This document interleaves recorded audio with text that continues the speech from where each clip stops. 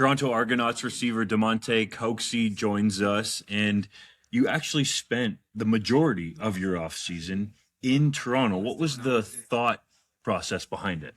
My thought process was basically being that the season ended early. It was mostly coming into next year. I was already thinking about what we was gonna do next year, what I was gonna do next year. Getting better for next year because the taste that was left on the whole team, it was a bad one. So I was really trying to erase that as quick as possible and just get back to work. Building and getting ready for next year. You guys seemed like you were making a push. Ryan Dinwiddie was pretty confident that you were going to make the playoffs, especially after that win over Edmonton, where he was all fired up. But then it ends up he goes to Ottawa, leaves for the Red Blacks. Where were you, and how did you find out about that news? I was with my kids at the time, and I ended up finding out through social.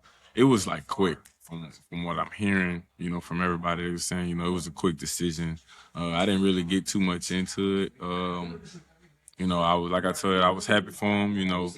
I know RD. If he did something, anybody, any man. If you do something that's better in yourself, or a move you had to make. Hey man, to each his own, and I salute him. Like I said, I'm happy for him because at the end of the day, you gotta do what's best for you. You know what I'm saying? And he has a family just like everybody else has a family. So I'm happy for him, and I'm excited to play him. Were you surprised that he left, though, considering how quick it was? Yeah, I was surprised. I didn't know because we just only worry about the football part of it. But the business is still the business. So like I said, I didn't really get too much into it. I just heard about it and talked with the players. It was never no hard feelings or anything. It just was like it was surprising. But like I said, if that move had to be made, it must have had to be made. So I was like, I'm okay with it. Respect his decision. And what are your thoughts about Mike Miller taking over as head coach? He had been with the team, so a familiar face. Yeah, that was the plus. So it was like we lost our head coach.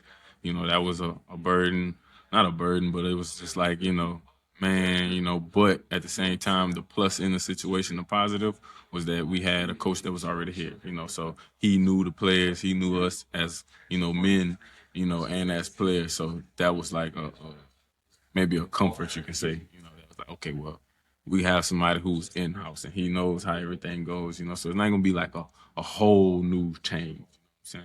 That happened early in the offseason before all the snow came in the GTA. How was that for you being a kid from Louisiana? Man, man, look, we don't snow in Louisiana at all. And if we catch some snow, it's like maybe this much. Man, I seen snow piled up to the top of my car. I've never seen that much snow in my life, man. And the breeze, but it wasn't terrible. It was just the wind. If y'all from Toronto, y'all know the wind is crazy in Toronto, man. But the snow, I enjoyed it because, like I said, I never seen that much snow before, so it was good to see it, But to be outside in it, that's a whole different. It's good to look out the window and be like, "That's some good snow." Let's see walk out that door, though. But that snow is brutal. That snow is brutal, man. It'll hit you, that lake effect stuff, man. Yes, indeed. But it was good, though. I enjoyed being out here for the winter. My first time sitting out here, and I'll do it again. I was going to ask you because Dedrick Mills, the Calgary Stampeders running back, spent last offseason in Calgary, and you thought that winter you didn't want to do it again. And that's Calgary. Yeah, I'm about to say that Calgary. It's not even as bad as what we got, I think, this offseason. I mean, you talked about all the snow. Yeah, so if that was bad over there, I don't think he gonna see what Toronto looked like this year, man. Like I said, like it was bad for people who didn't. For me, who wasn't used to it, it was kind of shocking, like to see that much snow really pile up. I'm like, and then you gotta shovel it. So it was cool though. It was cool. I enjoyed it because it was different, something new. It was definitely a more harsh winter in the GTA than in recent years. Mm-hmm. I think the people out west in Western Canada are like, oh yeah, boo-hoo, cry me a river. It's way colder out there. But it hasn't scared you away.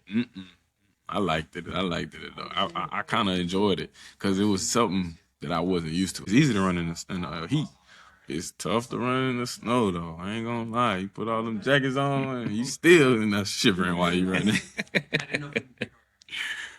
Make sure you bring some Carmex if you go run, too. Because, boy, them lips get dry. One other big departure from the Argos in the offseason was Wynton McManus, and I heard that you guys were giving it to him a little bit. I love you, Win. But yeah, man, Win is like a big brother to all of us, especially to me. He helped me through my whole career. Even though him being on defense, this is somebody I come to talk about football and like, what I'm saying? So, and us being that we went to the same school, he left a year before me, but we still was at the same place, bled on the same field and was to come transfer in the professional and still be able to be around them, and then that's good, So I got to soak up a lot from him. He taught me a lot in this time being with the Argos, and I appreciate him for that. Am I hurt that he's gone? Yeah, just a little bit, I ain't never told nobody. But I do, yeah. I'm happy for him though, man. I'm happy for him, and I'm excited to play him. I never got a chance to play against him, That'll be interesting. so that's what I'm really waiting on. So yeah, I'm sad, but I'm more even happy. We got bragging rights now, so it ain't practice no more. We got bragging rights now, so now we got a conversation to go about for after when we get done. Yeah, now counts. It counts. So we finna see though. I'm excited. I'm excited. Did you talk to him through the process at all? Because what Michael Pinball Clemens told us was that Wynton McManus told them that he felt like he had to leave to grow, that he had potentially become too comfortable in Toronto. I understand that. I understand what he means when he say that. I understand what he means when he say that. And to know when is to know. That's Mr. Great Business. So anything he do, it's great business. And I definitely understand what he's saying. And it's nothing to do with us. It's nothing to do with the Argos. It's all, within, himself that he's searching, you know what I'm saying? So every man must search their soul. No matter what point of life you in, you still have to keep searching it, no matter, and that's how you don't stay comfortable, and that's another lesson that I take from him. What's it going to be like to play against him in a game? Man, it's gonna be crazy. It's gonna be like practice, but just for real this time. Cause in practice we jaw whole practice. We going at it because we fire each other up. I bounce off him, he bounce off me. So in the game, it's gonna be even more. Cause now, like you said, it count. So I'm calling them the whole time. I'm yelling, "Win, 48, we at 48." He know it. Cause that's gonna make the game more fun. That's why I say it's kind of. He did the right move. He made a good move for himself. He made a good move for the league. Bringing in some competition. You know what I'm saying? To where it's forcing me to look deeper. To work harder. Cause now I know who I'm going against. And I know him just like he know me. You know what I'm saying? So the moves that I use ain't gonna work on him. He know these moves. I gotta go look for some other moves. True. You know what I'm saying? Gotta evolve. Gotta evolve. So the way he growing, I'm growing. We just growing in two different places, but we growing together. In those games, it looks like Chad Kelly's going to be your quarterback. I'm saying that because healing from that leg. Can he get back to that MOP form that he had in 2023? Definitely. I believe he's going to get there because Chad is one of those guys that you tell him no, he's going to find a way to do it. You know what I'm saying? So I believe that wholeheartedly, and I think he's locked in on a point to where everything else really doesn't matter but football. He calling, he ready to go throw every other day. We already throwing every day. You know what I'm saying? So I think he's going to be ready, man. I do. I'm excited for him, And it's all a mindset. And with him, when he flipped that switch, ain't no turning it out. You mentioned the mindset. Do you think there's mental hurdles for him to get over after suffering that injury in Montreal, and then your first regular season game in 2026 is back in Montreal? I think Chad's already passed it, honestly. I think at this point it's more of him proving to him. I think the hurdles that he faced, he's over them. I think he's more at a point where he done came to peace with the situation and more of like, all right, we getting closer. Like he see the line, the starting point of, all right, the season getting here. It's time to lock back in. We had a long time off. He had a long time off, and I think he's ready. I think he'd be lying.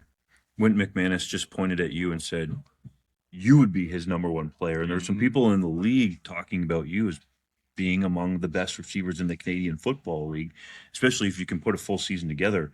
I think that that's definitely the case. Do you feel like you can reach your full potential? First, I'll say thank you for that. Anybody in the league say that, appreciate y'all. I definitely think I can reach my full potential. I definitely feel like with me, it's gonna be a staying healthy, taking care of your body, doing the little things. And even though I do those things with taking care of the body and little things, it's time to take it up a notch. Now I need to stay later, watch more film, sit in the cold tub longer. You know what I'm saying? Whatever you thought you did, do it times 10. Saying, and that's what I kind of taken from that. So, and I think that's gonna be the determining factor. How bad you want it and what you willing to sacrifice. I hear from other teams when they're game planning against you that you got to make sure you know where Coxie is on the field. You can go up and get it even in coverage against 1, 2, sometimes even 3 guys. How are you able to make some of these catches head top that you do? One, I say God. I always start off with that, but 2, I say focus and practice. Fingertip push-ups just in general. Trying to catch it. You kind of get used to. You got to get used to catching these things. You got to get used to practicing these, even if it's in the house and you just throw the ball to yourself and taking it. You know what I'm saying? You got to practice this. You got to see yourself making these plays. I didn't see myself make crazy catches in my head already. To when they come to the field, it's surprising me still, but it's like I seen me catch something like this before in my head. So it's like I'm preparing now for the moments to come, so that when they come, it's not abnormal. It's not out the ordinary for me. It's like it's repetition. It's like muscle memory. You know what I'm saying? So some things like with a one-hand catch, it's not playing. I never go up playing and like I'm about to one-hand this catch. It's really like preparation. Okay, lay hands. Okay, I can't get both of my hands up. Okay, so that's next stage. He got this hand. What's the next stage? Lay hands.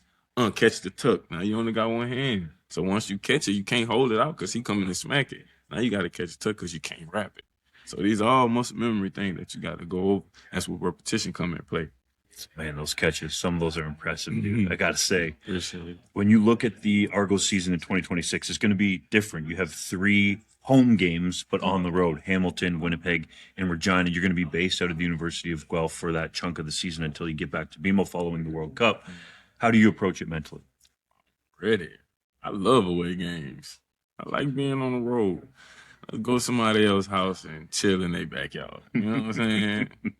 Get on their grill. You know what I mean? I like going to people's crib because people be defensive about their backyard. So let's get over here and be disrespectful and kick some stuff around, make them mad, ruffle some feathers up. So I like it, and I feel like a lot of the guys on the team feel the same way, It's just basically another way of coming together and figuring it out. Because when you on the road, it's just you versus them. Nobody else here to cheer us on, even though it might be a home game. We in somebody else's stadium. And once you understand that, that's going to pull everybody together and we start gelling. It ain't nothing you can tell us. That's what I wanted to ask you. Can it actually bring the team closer together and create a tighter bond? Yes, indeed. It's like throwing a group of people out, a group of men out in the woods. Y'all better figure it out. You gotta figure it out. If y'all don't come back together, somebody ain't coming back. You know what I'm saying? So it's just like sending them boys out there to the wolves. Y'all just gotta come back together. Y'all come back together, ain't nobody gonna tell you. You're gonna be strong like a chain. Well said. Let's see if the Argos can do it in 2026. Thanks for the time. Appreciate you.